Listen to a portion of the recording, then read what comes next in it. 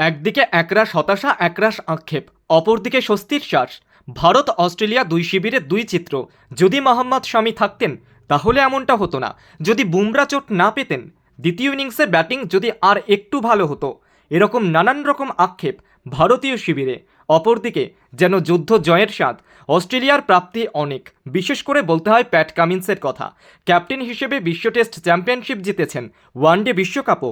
আক্ষেপ ছিল border Gavaskar trophy জয় নিয়ে। প্লেয়ার এবং ক্যাপ্টেন, আক্ষেপ পূরণ হলো প্যাট কামিন্সের।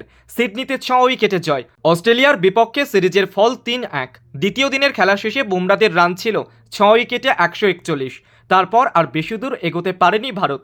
রবিবারের সকালে পর আউট হয়ে গেলেন রবীন্দ্র জাদেজা, ওয়াশিংটন সুন্দর, মোহাম্মদ সিরাজ। বুমরা শূন্য। 157 রানে ভারতের দ্বিতীয় ইনিংস শেষ হওয়ার পর জয়ের জন্য অস্ট্রেলিয়ার লক্ষ্য দাঁড়ায় 162 রান। পিঠের চোটের জন্য শনিবার মধ্যাহ্নভোজনের পর 1 ওভার বল করেই উঠে গিয়েছিলেন বুমরা। তখনই আশঙ্কা তৈরি হয়েছিল সিডনিতে তিনি আর বল করতে পারবেনই না। রবিবার ব্যাট করলেও পরে আর মাঠেই নামেননি তিনি।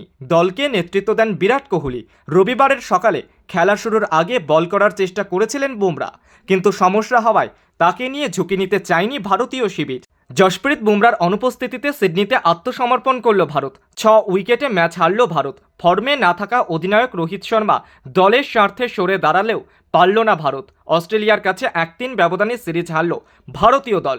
2014-15 মরশুমের পর প্রথমবার বর্ডার গাভাস্কার ট্রফি জিতল অস্ট্রেলিয়া।